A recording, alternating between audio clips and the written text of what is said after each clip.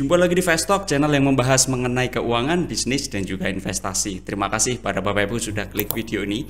Di kesempatan kali ini kita akan kembali belajar bersama mengenai update bedah emiten ya. Emiten yang akan kita bahas ini adalah ADMR Bapak Ibu. Dan mengapa ADMR ini layak untuk kita cermati atau pelajari bersama? Yang pertama tentu pada 9 bulan pertama atau year to date sampai September 2024 ya. Laba bersih dari ADMR ini naik cukup signifikan, yaitu sekitar 32,92% jika dihitung dalam US dollar dan dibandingkan dengan periode yang sama 9 bulan pertama di tahun lalu 2023. Selain itu ADMR juga masuk LQ45 pada November 2024 ini, dan ADMR juga menjadi request dari penonton Fast Talk. Jadi pastikan Bapak Ibu menonton video ini sampai akhir, dan bagi Bapak Ibu yang baru join langsung saja klik subscribe karena nanti setiap minggu kita akan bahas video-video mengenai keuangan, bisnis, dan juga investasi.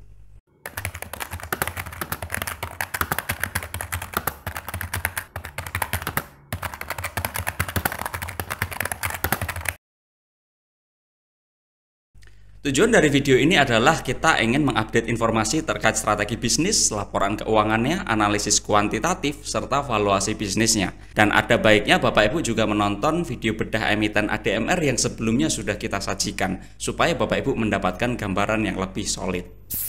Masuk ke strategi dan pengembangan bisnis dari ADMR Bapak Ibu. Pada tahun 2024 ini, ADMR ini memperkirakan prospek pasar yang positif dan volume penjualan akan tumbuh menjadi 4,9 sampai 5,4 juta ton pada tahun 2024 full year. Atau ini naik sekitar 10 sampai 21% dari full year 2023, yang mana pertumbuhan 10 sampai 21%-nya cukup bagus dan cukup agresif ya Bapak Ibu. ADMR terus meningkatkan volume karena tingginya permintaan dan sesuai target untuk mencapai 6 juta ton pada tahun 2025 nanti. Dan apabila harga batu bara pada tahun 2024 ini kita proyeksikan seperti pada tahun 2023, target revenue ADMR ini diharapkan meningkat menjadi 1,2 sampai 1,3 miliar US dollar. Mengenai laba bersihnya, dengan asumsi kenaikan efisiensi dan volume produksi, laba bersih di tahun 2024 ini dapat mengalami peningkatan menjadi 480 sampai 530 juta US dollar. Jadi kita melihat kalau selama 9 bulan pertama, tentu saja manajemen ini cukup on track untuk mencapai targetnya ya. Tetapi memang sangat tergantung di kuartal 4 nanti.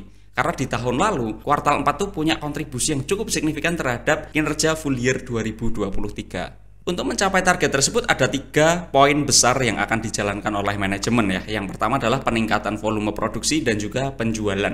ADMR ini akan meningkatkan volume penjualan yang didukung oleh permintaan kuat dari pelanggan serta peningkatan infrastruktur termasuk proyek smelter aluminium di bawah PT Kalimantan Aluminium Industry. Proyek ini bertujuan untuk mendukung target volume jangka menengah sebesar 6 juta ton per tahun di tahun 2025. Yang kedua adalah pengendalian biaya produksi. ADMR akan fokus pada efisiensi biaya produksi yang didukung oleh rantai pasok terintegrasi dengan grup Adaro Bapak Ibu. Hal ini memungkinkan perusahaan untuk mengoptimalkan kontrol biaya sambil memastikan keandalan pengiriman. Dan yang ketiga adalah belanja modal dan investasi infrastruktur. Untuk mendukung ekspansi dan peningkatan kapasitas produksi, ADMR ini telah menyiapkan belanja modal sekitar 175 juta US dollar sampai 250 juta US dollar pada tahun 2024 ini, yang mana ini jauh lebih tinggi dibandingkan belanja modal di tahun 2023 sekitar 134 juta US dollar. Ini termasuk untuk investasi pada smelter aluminium di KAI yang diharapkan dapat memperluas sumber pendapatan. Kalau kita masuk ke laporan keuangannya, kita lihat di sisi neracanya dulu Bapak Ibu. Ini kita hitung dengan satuan Indonesian rupiah ya. Jadi sudah kita konversikan dengan harga penutupan kurs di masing-masing tahun tersebut. Per kuartal 3 2024 ya, aset lancar ini kontribusinya sekitar 38,10% dari total aset. Aset tidak lancarnya lebih dominan, yaitu sekitar 61,90% dari total aset. Dan aset lancar ini paling dominan adalah kas dan juga setara kas. Sekitar 69,09% dari total aset lancarnya, yang mana ini cukup signifikan ya jumlah kas dan setara kasnya. Posisi aset lancar di kuartal 3 2024 ini turun sekitar 20,67% dibandingkan kuartal 4 2023. Sedangkan pada sisi aset tidak lancarnya ini didominasi oleh aset tetap sekitar 67,85% dari total aset tidak lancar, dan aset tidak lancar ini naik 40,60% Bapak Ibu dibandingkan kuartal 4 2023. Sejak tahun 2018, aset tidak lancar ini memiliki rata-rata pertumbuhan sekitar 11,52% per tahun. Jadi kita lihat berdasarkan data yang ada yang bisa kita akses ya, yaitu di tahun 2018 sampai kuartal 3 2024, dan ini sudah memperoleh dana IPO. Jadi pertumbuhannya dengan kata lain ya sebetulnya tidak terlalu organik karena ada ketambahan dana IPO ya. Kita lihat di sisi neraca yang lain, komponen asetnya. Ada modal dan juga komponen utangnya, kita ingin ketahui kontribusinya seperti apa terhadap aset yang dimiliki. Dan ini satuannya juga sama, Indonesian rupiah. Di kuartal 3 2024 ya, utang jangka pendek ini punya kontribusi sekitar 12,44%, utang jangka panjang sekitar 13,17%, dan ekuitasnya sudah mendominasi Bapak Ibu sekitar 74,39% dari total asetnya. Utang jangka pendek didominasi oleh beban yang masih harus dibayar, ini sekitar 52,61% dari total utang jangka pendek, yang mana utang ini untuk operasi bisnis dan bukan utang yang mahal ya. Dan utang jangka pendek ini tumbuh sekitar 9,26% dibandingkan kuartal 4 2023. Pada sisi utang jangka panjangnya didominasi oleh utang bank, ini sekitar 81,86% dari total utang jangka panjangnya. Dan utang jangka panjang ini turun signifikan sekitar 45,81% dibandingkan kuartal 4 2023. Pertumbuhan ekuitas sejak 2018 itu cukup bagus ya, ini sekitar 24,43% per tahun, dan pada kuartal 3 2024 ya, ekuitas ini tumbuh sekitar 31,98% dibandingkan kuartal 4 2023. Jadi kinerja neracanya itu sangat terlihat Bapak Ibu, pertumbuhan dan perbaikannya. Kita masuk ke laba ruginya Bapak Ibu. Rata-rata pertumbuhan revenue itu sekitar 9,57% per tahun sejak tahun 2022 di tahun IPO-nya ya. Supaya kita tidak terdilusi nih datanya. Dan pada kuartal 3 2024 ini tumbuh sekitar 16,70% dibandingkan kuartal 3 2023. Pada sisi laba operasinya, ini punya rata-rata pertumbuhan sekitar 7,63% sejak tahun 2022. Dan kalau kita ukur 9 bulan pertama di 2024, laba operasinya ini tumbuh sekitar 22,89% dibandingkan kuartal 3 di 2023. Dan pada laba bersihnya, rata-rata pertumbuhannya itu sekitar 14,00% per tahun sejak tahun 2022. Dan di posisi kuartal 3 2024, ini tumbuh sekitar 32,92% kalau dibandingkan kuartal 3 2023. Pada hasil kinerja 2024 di kuartal 3 ini kami melihat terdapat peningkatan revenue, penghematan pada beban usaha, serta pada beban keuangan. Di sisi yang lain juga ada peningkatan penghasilan keuangan dibandingkan kuartal 3 2023. Namun meskipun demikian ya, 3 bulan di kuartal 4 tahun lalu 2023, kontribusinya itu cukup signifikan terhadap total laba bersih yang diperoleh oleh ADMR ini di tahun 2023. Jadi kalau di 2024 kita 1 tahun kan seolah-olah itu turun ya Bapak Ibu, baik itu dari sisi laba operasinya maupun dari sisi laba bersihnya. Tapi kalau kita bandingkan 9 bulan dibandingkan dengan 9 bulan yang sama di periode sebelumnya, nah inilah ada peningkatan yang cukup signifikan. Lalu pertanyaannya bagaimana kontribusi masing-masing segmen terhadap revenue ya. Jadi kita lihat masuk lebih dalam kontribusi segmen pada revenue. Kontributor utama revenue secara rata-rata ini masih pada segmen pertambangan batu bara Bapak Ibu, dan ini dominasinya sangat kental ya. Itu sekitar 98,69% terhadap rata-rata revenue-nya. Dan pada segmen ini revenue-nya naik sekitar 16,85% dibandingkan dengan kuartal 3 2023. Kontributor pada kedua segmen lainnya pada pengolahan logam dan juga jasa lainnya ini relatif tidak signifikan terhadap rata-rata revenue Bapak Ibu. Jadi walaupun manajemen itu menyampaikan ada segmen-segmen lainnya, pada kenyataannya ya memang beneran ada, tetapi kontribusinya masih terlalu kecil.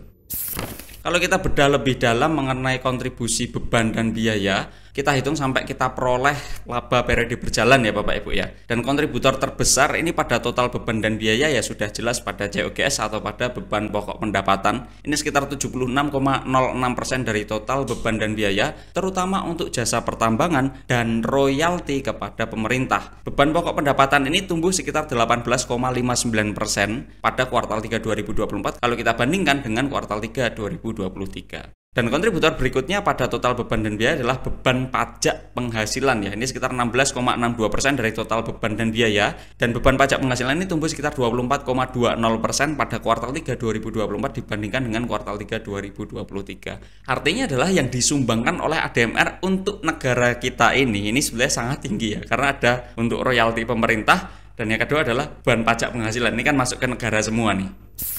Masuk ke laba periode berjalan per segmennya Bapak Ibu. Kontributor utama laba periode berjalan secara rata-rata ini adalah pada segmen pertambangan batubara dan kontribusinya sangat-sangat signifikan ya. Laba bersih pada segmen ini tumbuh sekitar 33,51% pada kuartal 3 2024 dibandingkan dengan kuartal 3 2023. Artinya segmen pertambangan batubara inilah yang menjadi kontributor utama dari ADMR dalam memperoleh revenue maupun memperoleh laba periode berjalannya. Dari sisi arus kasnya kita lihat arus kas operasi dan arus kas operasi bersih ya.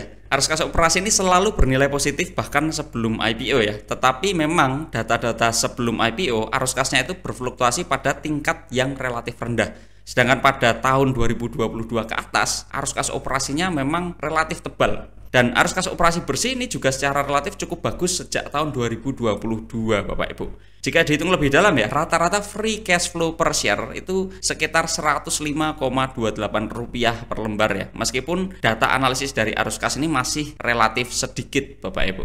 Jadi apakah datanya bisa digunakan? Bisa digunakan, tapi tingkat errornya untuk memprediksikan masa depan itu sangat tinggi. Untuk rasio profitabilitas, kita lihat dari sisi net profit margin dan juga return on equity-nya. Rata-rata net profit margin sejak tahun 2018 itu sekitar 10,52%, dan pada tahun 2024 yang kita satu tahun kan itu sekitar 39,59% dibandingkan di tahun lalu full year itu sekitar 40,61%. Sedangkan pada return on equity-nya rata-rata sejak tahun 2018 itu sekitar 28,57%, dan pada 2024 yang kita satu tahun kan ini nilainya sekitar 32,41% dibandingkan 2023 full year itu sekitar 42,49%.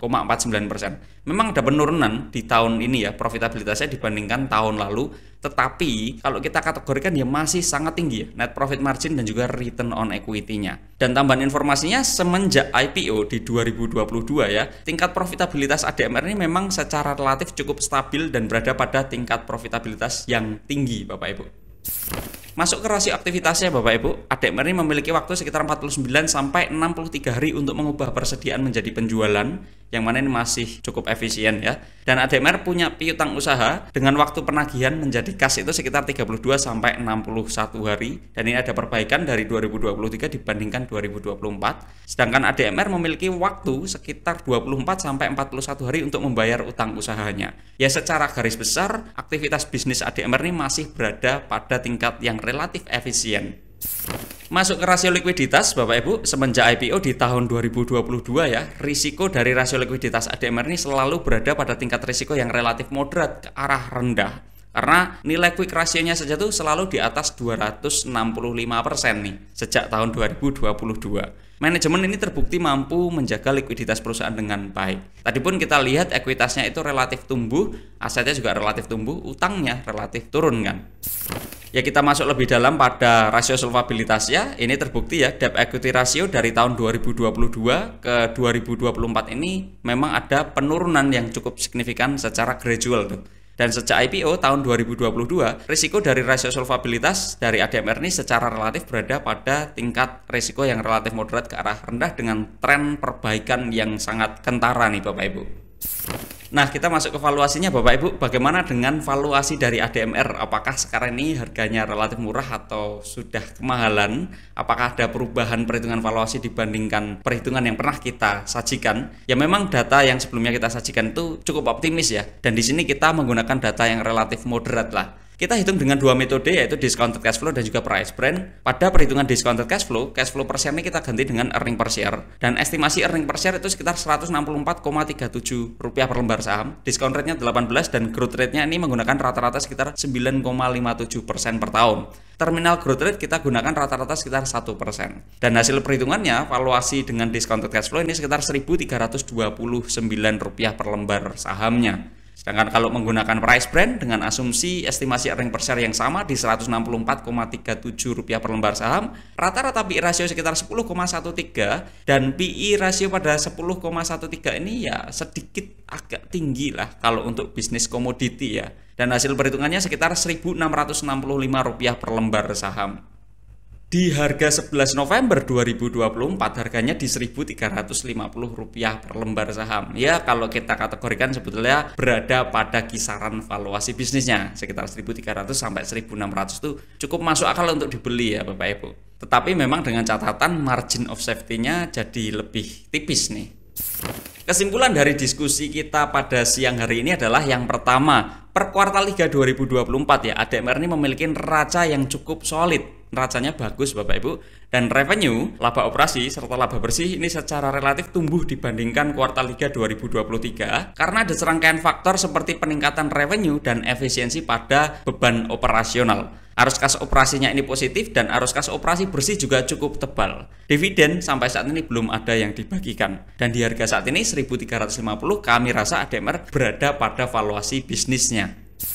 Itu tadi diskusi kita mengenai ADMR Bapak Ibu. Kira-kira menurut Bapak Ibu apakah ADMR ini menarik atau tidak, layak dibeli atau dikoleksi atau tidak? Coba drop di komen ya. Di sini kita sampaikan kita tidak memberikan rekomendasi jual maupun beli. Sepenuhnya keputusan investasi ada di tangan Bapak Ibu, dan pastikan Bapak Ibu sudah analisis ulang serta analisis lebih lanjut ya.